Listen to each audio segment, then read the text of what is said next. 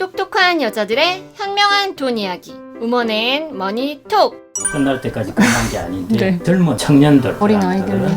자녀의 노후를 좀 노후지 아니죠. 안녕하세요. 워킹맘 6년차 올리브 오은미입니다.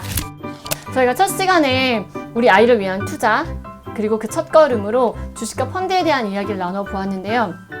첫 방송 나가고 나서 정말 가장 많이 들었던 질문이 그래 알겠다. 우리 아이를 위한 투자를 해야 되는 시대가 온 건 알겠다. 그런데 대체 어디에 투자를 하라는 거냐는 질문이었어요. 제가 실제로 맘카페에 들어가봐도 예전에는 좀 주식이나 펀드를 되게 무서운, 절대 손대면 안 되는 이런 개념으로 접근을 하셨다면 최근에는 주식을 한번 해보고 싶어요. 저 주린인데 대체 어디에 투자를 해야 되나요? 이런 어디에 대한 질문들도 꽤 많더라고요. 이 질문은 저희가 전문가를 모시고 들어보는 게 맞겠죠. 네, 이분은 일단 금융회사에서 30년 가까이 근무를 하셔서 저희가 투자에 대해서 뭔가 믿고 질문을 하실 수 있는 분이고요. 그리고 또 한 가지 제가 제일 마음에 들었던 부분은 두 자녀의 아버지셔서 저희가 지금 하고 있는 고민들에 대해서 앞서 고민을 해보셨고 조금 더 신뢰할 수 있을 만한 그런 어떤 팁이나 조언들을 해주실 수 있는 분입니다.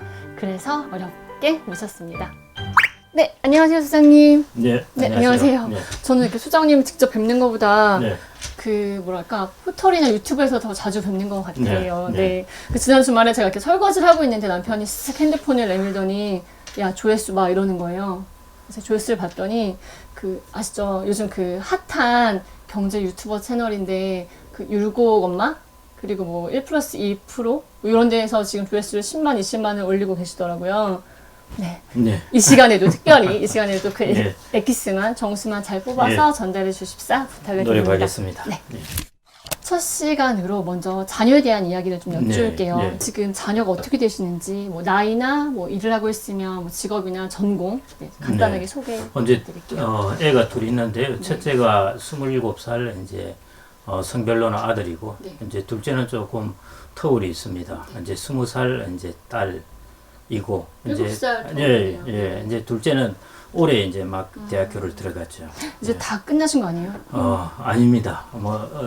요기베라가 한 말처럼 이게 끝날 때까지 끝난 게 아닌데 네. 저도 첫째 대학교 들어갔을 때는 다 끝나는 줄 알았는데 요즘 보니까 이제부터 또 시작인 것 같습니다. 여러분 이제부터 시작이랍니다. 네. 자녀들을 위해서 목돈이 들어갈 거 걱정하면서 자녀를 키우기는 엄마들 입장에서는 한참 선배신데 겪어보셨으니까 학원비나 아니면 이제 향후 하게 될 결혼 비용 이런 자녀 비용에 대해서 어떤 원칙 같은 게 혹시 있으신지? 예, 있죠. 원칙은 있는데요. 이제 사람들 요즘 고민하는 게 그거지 않습니까? 이제 학원이나 교육비가 많이 든다 이런 것인데요. 성경에 이런 말이 있습니다. 이제 만사에는 때가 있다 하는 말이 있거든요. 심어야 될 때가 있고 거둬야 될 때가 있고 이렇습니다. 그 때를 놓치면 이제 인생이 좀 어려워집니다. 마찬가지로 이제 자녀 같은 경우에도 자녀를 교육시켜야 할 때가 있고 자녀가 이제 나가서 일을 해야 될 때가 있고 그렇습니다. 그래서 자녀가 이제 교육시켜야 할 때는 충분히 교육을 시켜야 되는 것이죠, 사실은. 이제 우리가 많은 자원들이 돈이라는 것도 자원이고 그렇지만은 무엇보다 제일 중요한 자원은 이제 인적 자원이라 가지고 사람입니다. 그러니까 인적 자원의 가치를 높이려면은 결국 제일 좋은 수단이 교육이죠. 그렇죠. 예, 그래서 이제 우리가 교육을 시켜야 할 때는 저는 충분히 교육을 시켜야 한다고 봅니다. 다만 요즘 하는 이야기는 이제 이게 비효율적으로 교육을 시킬 수가 있으니까요. 이제 무조건 돈만 넣으면 다 된다는 것인데 그런 부분은 안 해야 되겠지만은 교육을 시켜야 될 때는 충분히 교육을 시키는 것은 맞다고 봅니다. 다만 이제 자녀 결혼 비용 같은 경우에는 오히려 예를 들어 결혼 비용이 있고 교육을 시키는데 비용이 있다면은 결혼 비용에 해당되는 걸 차라리 일찍 당겨 와서 교육에 투자하는 게 훨씬 낫고요. 그 다음에 결혼 비용에 해당되는 것은 조금 여기에 대한 생각들은 조금 다르게 하면 좋지 않을까 싶습니다. 자녀도 이제 그때 되면 요즘 결혼하는 연령이 30대 정도 접어드는데요. 그때 되면 이제 자기가 준비하고 둘이 또 의논해서 그렇게 결정을 해야 되는 부분이니까. 그래서 저는 이제 자녀한테 크게 드는 비용 중에 하나가 이제 교육비하고 결혼 비용이 있는데 결혼 비용에 해당되는 부분은 좀 대폭 앞으로는 줄였으면 좋을 것 같고요. 교육에 해당되는 비용, 이런 부분은 뭐 최근에 뭐 이런 이야기도 있습니다만은 뭐 교육비에 해당되는 부분을 오히려 뭐 다른 데 투자를 하고 이런 네, 이야기도 있습니다만은 그 투자 대상에서 제일 좋은 투자 대상, 제일 중요한 투자 대상은 바로 사람입니다. 그렇기 때문에 교육비는 저는 그 때가 되었을 때는 인적 자원을 위해서 투자를 해야 되지 않나 그렇게 생각됩니다. 저는 그게 이제 원칙입니다. 그 결혼 자금에 대한 원칙을 네. 자녀분과 이야기를 하셨나요? 혹시 이 사실을 알고 계실까요? 안 했습니다. 지금. 아직은. 네. 네. 아니 이제 그 여유가 되시는 분은 뭐 얼마든지 그런 지원을 해줘도 되는 것이고요. 네, 이제 네. 자원의 제약이 있을 때 우리가 배분을 한다면은 네. 이쪽 부분으로 교육에 대한 것으로 배분을 하는 게 훨씬 효율적이고 중요하다는 것입니다. 네. 네, 실제로 은퇴연구소에서 연구한 보고서에 따르면 어떤 자녀의 결혼 비용 이런 것들이 노후, 은퇴 후 노후 생활을 위협하는 큰 리스크로 언급이 되기도 했었던 것 같습니다. 그래서 말씀하신 것처럼 네. 어떤 결혼 자금처럼 정말 큰 목돈이 들어가는 경우에는 조금 더 지혜롭게 전략적으로 네. 대처할 필요가 있을 것 같다는 말씀 주셨고요. 예, 특히 그 뭐 보고서 중에 이제 네. 아들이 많을수록 힘듭니다. 그래서 저희 형님은 아들이 셋이라 가지고 네. 그래서 보면은 남의 일 같지가 않습니다. 네. 그 혹시 제가 진짜 궁금한 건데 지금 금융회사에 30년 넘게 계셨잖아요. 예, 예. 그러면 자녀들한테 어떤 금융 교육이나 투자 교육 같은 걸 네. 시키셨을까요? 그 교육을 이제 어떤 게 교육인가 하는 것도 참 중요한 부분인데요. 네. 우리가 금융교육, 투자교육 하니까 예를 들어 불러서 모아서 앉혀놓고 야 이거 봐라 GDP는 무엇이냐, 네. 돈은 무엇이냐. 네. 하여튼 우리가 좋아하는 게 존재론적인 질문입니다. 돈이란 무엇인가, 뭐 생산이란 무엇인가, 돈의 흐름이란 무엇인가 이런 것을 가르치는데 그 나이에 사실은 그게 전혀 와닿지가 않습니다. 좀 추상적이고 예, 어렵죠. 네. 그래서 예를 들어 이제 자녀들한테 이런 이야기를 하죠. 야, 너 글로벌하게 커야 한다. 너 4차 산업혁명 시대에 보다 혁신적으로 커야 한다. 이런 이야기를 아무리 반복해봐야 네. 사실은 소용이 없는 거죠. 사실은 4차 산업혁명이라는 걸 보여주려면은 일찌감치 집에 이제 지니 같은 거 있지 않습니까? 그 인공지능으로 이제 말로 연답에다. 지니야 이거 하는 거? 네. 그렇죠. 이제 나온 지 꽤 되는데 이런 것들을 일찍 집에 하나 사주면은 그러면 자녀는 스스로 세상이 이렇게 변하는구나 하는 걸 느끼게 됩니다. 투자 교육도 마찬가지인데요. 투자 교육도 경제 교육을 시킨다고 막 그러는 것보다 자녀가 투자 펀드라든지 안 그러면은 주식이라든지 이런 걸 가지고 있으면서 그게 가격이 오르고 손해가 나고 그리고 예를 들어 보죠. 예를 들어 애플이라는 주식을 가지고 있는데 이 상황에서 지금 세계 주가는 막 떨어지고 경제는 안 좋다고 그러는데 애플은 떨어졌다가 또다시 막 반등을 하고 있거든요. 특히 이제 아마존 같은 경우가 그러는데 아마존이라는 것은 도대체 어떤 곳이길래 이게 주가가 더 오르느냐는 것이죠. 근데 세상이 바로 이제 드디어 비대면 세상으로 확실하게 변해가고 있는 것이고 그 비즈니스의 핵심을 가지고 있는 것이 아마존이기 때문이다. 예를 들어 아마존은 비대면으로 플랫폼을 만들어서 물건을 파는 것이고 그 다음에 그걸 통신하게 하는 클라우드라는 것을 세계 점유율을 압도적인 1위를 가지고 있는 회사고 이런 것들 때문에 이제 아마존의 주가가 오른다고 이렇게 설명을 듣게 되면은 이제 그게 스스로 경제 교육이 되는 것이죠. 그래서 저는 이제 이전부터도 어린이나 자녀 조금 뭐 이제 꼭 10대뿐만 아니라 20대도 상당히 모르거든요. 그런 경우에는 이런 실질적인 우리가 필드라고 하죠. 이 필드의 교육을 통해서 해주는 것이 제일 효과적이라고 생각을 합니다. 네. 그러면 소장님 같은 경우는 실제적으로 말씀하신 방식처럼 예. 어떤 식으로 진행을 하셨는지 좀 구체적으로 여쭤봐도 될까요? 지금부터 한 4, 5년 전? 하여튼 어린이 펀드가 나오기 시작했을 때, 이제, 그때 둘 다에게 이제 매월 10만원씩 해서 어린이 펀드를 네. 넣었고요. 근데 이제 어린이 펀드를 통해서 제가, 경제교육이나 투자교육을 좀 하기를 바랐었는데요. 그래서 어린이 펀드에 이게 내 돈이 얼마나 불어났고, 얼마나 손해를 봤고, 이런 걸 보면서 내 펀드에는 뭐가 들었고, 그걸 좀 바랬었는데 그게 좀 쉽게 잘 안 되었습니다. 이제 제도적 그런 문제 때문에요. 내 계좌에 도대체 돈이 얼마 불어나는가를 잘 몰랐으니까 이제 관심이 별로 없었죠. 그래서 제가 이제 거기서 상당 부분을 이제 빼가지고 투자 계좌를 만들어가지고 직접 이제 주식을 사서 넣었습니다. 주식을 사서 넣었는데 그게 이제 주로 이제 글로벌 주식이었죠.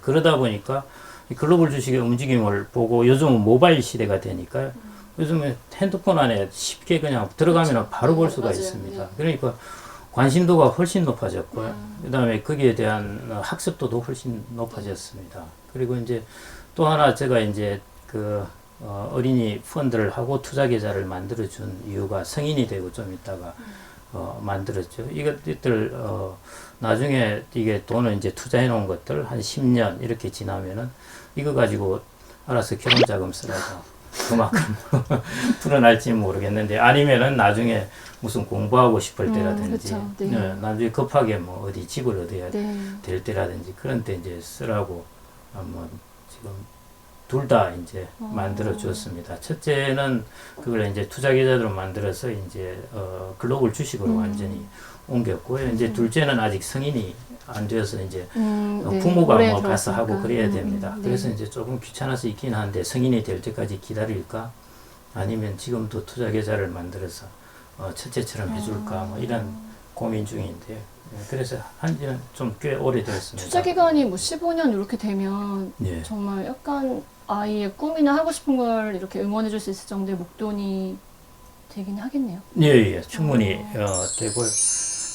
그다음에 이제 이게 매월 10만 원씩 이렇게 들어가니까 그렇게 요즘은 이제 그때는 10몇 년 전이니까 지금으로 치자면은 한 15만 원, 뭐 20만 원 이렇게 들어갈 수도 있겠죠. 그런데 그렇게 아주 많은 돈은 아닌데 여기서 뭐 10만 원, 20만 원 빠져도 금방 표시가 안 나거든요. 이게 이제 한 10년, 15년 정도 축적이 되면은 효과를 나타낼 수가 있습니다. 또 거기에 뭔가 성장 가능성 있는 주식이나 펀드 쪽으로 들어가서 컸다면 그 기간 동안 예. 그렇게 제가 이제 이 생각을 하게 된 게 제 아는 지인이 자기가 미국에서 이제 학교를 다닐 때 위스콘신 대학을 이제 자기가 다녔었는데 자기 옆에 친구가 보니까 돈이 수억 원 들어있더랍니다. 네. 그래서 야, 너 이 돈이 어디서 나왔나 그랬더만은 자기 어릴 때 할아버지가 코카콜라 주식을 사서 주었답니다. 네. 그게 이제 한 20년 넘으니까 돈이 그쵸. 그렇게 크게 불었더라는 것이거든요. 그러니까 이전에 우리가 그런 이야기들은 했지 않습니까? 미국의 할아버지들이 손자들한테 이렇게 주식을 그냥 직접 사주고 그걸 선물로 주었는데 한 20년 지나니까 돈이 많이 불어있더라 하는 것들을 이제 저는 그냥 이야기만 들었는데 직접은 이제 그런 사례를 이야기를 들었습니다. 그래서 이제 이런 부분들이 투자를 통해서 우리가 자녀의 노후를 좀 노후자 아니죠. 제가 자꾸 은퇴만 하다 보니까 노후를 하게 했는데 자녀가 이제 대학교를 가고 성인이 되었을 때 준비할 수 있는 예, 좋은 방법이고요. 그게 지금은 제로금리가 되어버렸지 않습니까? 네. 그러니까 거의 뭐 투자를 통하지 않고는 그 돈을 증식시킬 방법이 잘 없습니다. 네, 맞습니다. 저희가 자연스럽게 이제 투자 이야기로 넘어왔는데 오늘 소장님 모신 이유가 저희가 이제 엄마들도 투자해야 되는 건 알겠다. 오케이. 그러면 어디에 투자를 해야 되느냐가 제일 가장 궁금한 거고 그거에 대한 조언을 좀 여쭈려고 소장님을 모신 건데 소장님 요즘 하시는 강연들 막 찾아서 들어보면 가장 많이 따라 붙는 키워드가 글로벌 자본가 이런 말들이 많이 붙어요. 그럼 단도직입적으로 여쭐게요. 국내 말고 국내보다 해외에 투자해라 이렇게 생각을 하면 될까요? 방금 말씀하신 것 중에 일단 투자를 해야 된다는 것은 알겠는데 하는데 정말 이것도 어려운 이야기입니다. 네, 사람들은 이제 투자를 안 하는 사람들을 투자라는 서식지로 옮겨오게 하는 것도 참 힘들고요. 이제 이 결심도 사실은 큰 것입니다. 큰 것이고 그 다음에 이제 그런 서식지로 옮겨 와야 되겠다고 결심을 하면은 이제 어디로 갈까 하는 거에서 아까 글로벌 자본가라는 말씀을 드렸는데 이게 제가 젊은 사람들에게 강의할 때 제일 많이 쓰는 말입니다. 이제 두 가지가 들어가 있는 것입니다. 글로벌이라는 거하고 자본가라는 것이 들어가 있는데 우리 자녀들의 대부분은 사실은 뭐 어디 오너의 자녀가 아닌 이상은 대부분 월급쟁이고 우리가 이 근로자 내지는 노동자라고 그러죠. 그러니까 임금 노동으로 임노동자라고 그럽니다. 이런 사람들인데 그러면은 이제 저축을 하지 않습니까? 이 저축을 하는 것을 어떤 식으로 운용을 할 때 우리가 임금 근로자가 제일 최적일 수 있을 것인가 이 고민을 이제 하자는 것입니다. 이제 한 예를 들어 보면은 트럭 운전사가 있다고 그러죠. 네. 트럭 운전사는 이제 임금을 받을 거지 않습니까?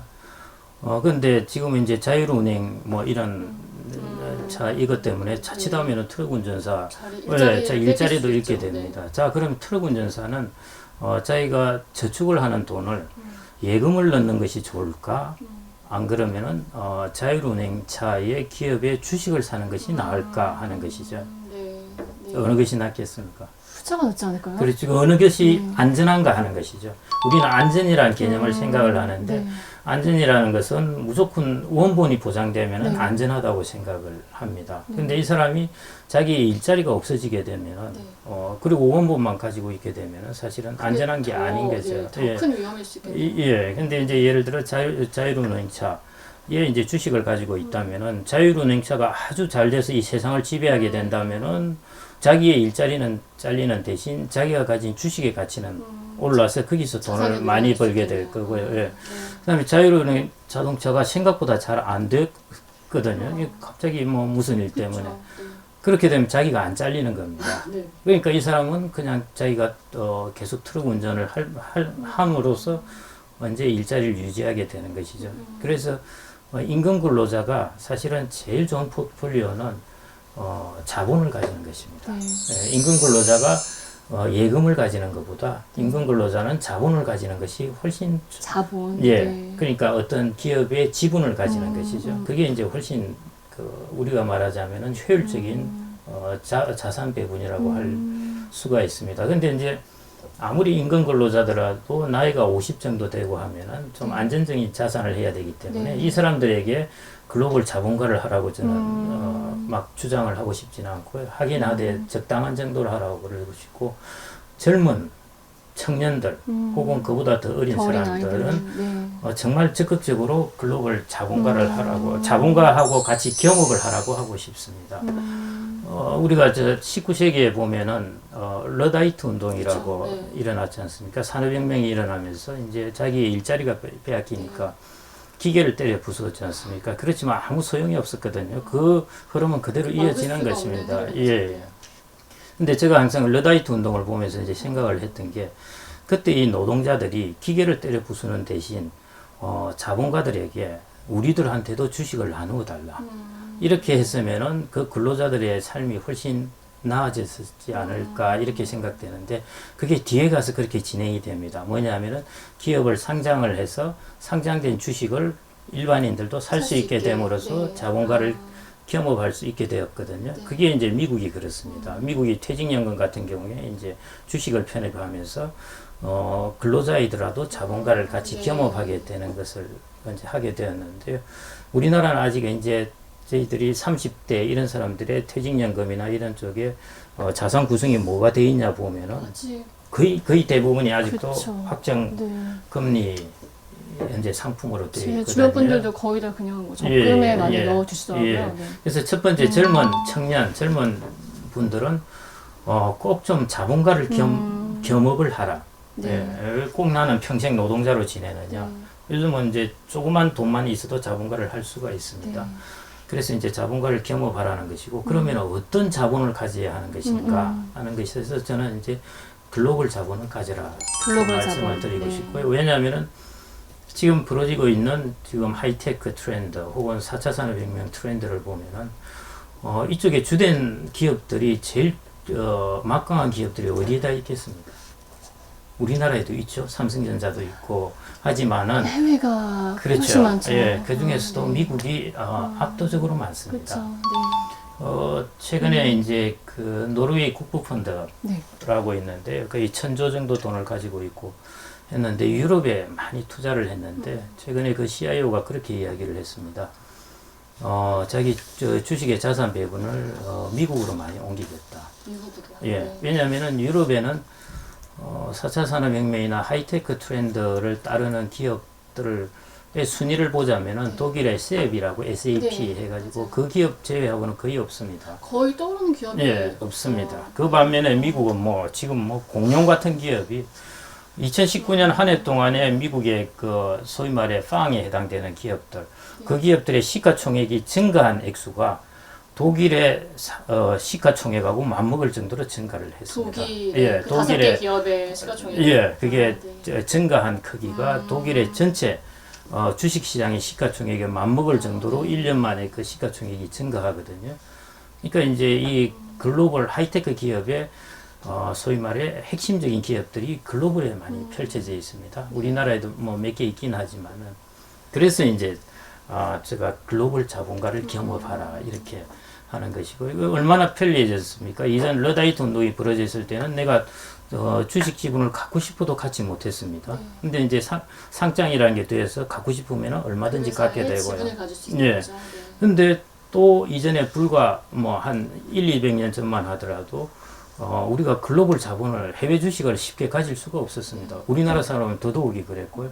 근데 지금 해외 주식도 얼마든지 모바일에서 이렇게 하더라고요. 툭 맞아요. 주문하면 네, 끝입니다. 맞아요. 네. 그러니까 이제 다 이게 편리하게 가능하게 되어 있거든요. 이런 편리를 충분히 활용을 하면 좋을 것 같고요. 그래서 젊은 분들, 저는 모든 분들한테 이렇게 말씀드리지는 않고요. 젊은 분들은 꼭 좀 나는 노동자이라도 반드시 글로벌 자본가를 겸업하겠다 이런 생각을 좀 하셨으면 좋을 것 같아요. 왜냐하면 임금이라는 것은 거의 진짜. 고정적이라서 채권하고 마찬가지입니다. 네. 그래서 우리가 공무원은 국채라고 이야기를 하거든요. 네, 맞아요. 그래서 증권회사 직원은 회사채 중에 등급이 좀 낮은 회사채 뭐 이렇게 네. 이야기를 하는데 국채를 가진 사람이 제일 좋은 포트폴리오는 뭘 가지는 거겠습니까? 교과서상 주식이 되죠. 그래서 임금 노동자는 자기가 채권이기 그쵸. 때문에 주식을 가지는 것이 제일 좋은 포트폴리오인데 많은 임금 노동자들은 자기가 채권을 가지고 있으면서 또 채권을 가지려고 그러는 겁니다. 그쵸. 예, 그래서 그런데 50대들은 뭐 그렇게 해야 되지만은 왜냐하면 임금 받을 날이 별로 얼마 안 많지 않고. 남았으니까. 네. 그런데 젊은 사람들, 미래가 있는 사람들은 꼭 좀 그렇게 그 정말 당부드리고 싶은 알겠습니다. 말씀입니다. 저희가 그럼 산을 하나 또 넘은 것 같아요. 네. 투자를 해야 된다. 오케이, 알겠어. 그리고 투자를 할 거면 네. 이제 해외를 보자. 네. 그것도 알겠어. 오케이. 그러면 도대체 어떤 주식을 사야 네, 되냐 네. 이 질문을 안 할 수가 없는데 어떤 종목들에 투자를 해야 될지 그런 종목들은 어떻게 찾는지에 대한 이야기는 다음 시간에 한번 나눠보면 어떨까 싶습니다. 네. 저희 뒤에 거만 보실 것 같아요. 저희 오늘 이야기 정리를 한번 해보면 네, 노동자지만 자본가를 겸업해라 그리고 해외 자본을 가져라 이 두 가지 정도로 일단 정리를 하면 될 것 같고요. 네, 저희가 정말 궁금한 다른 이야기들은 다음 시간에 네, 한번 만나보도록 하겠습니다. 다음 시간에 한 번 더 모셔야 될 것 같은데 저의 영광입니다. 일단 오늘 자리해주셔서 감사합니다. 예, 팀장님. 감사합니다. 예. 네, 여러분 오늘 이야기 도움 되셨으면 네, 좋아요와 구독 부탁드립니다. 부탁드려요.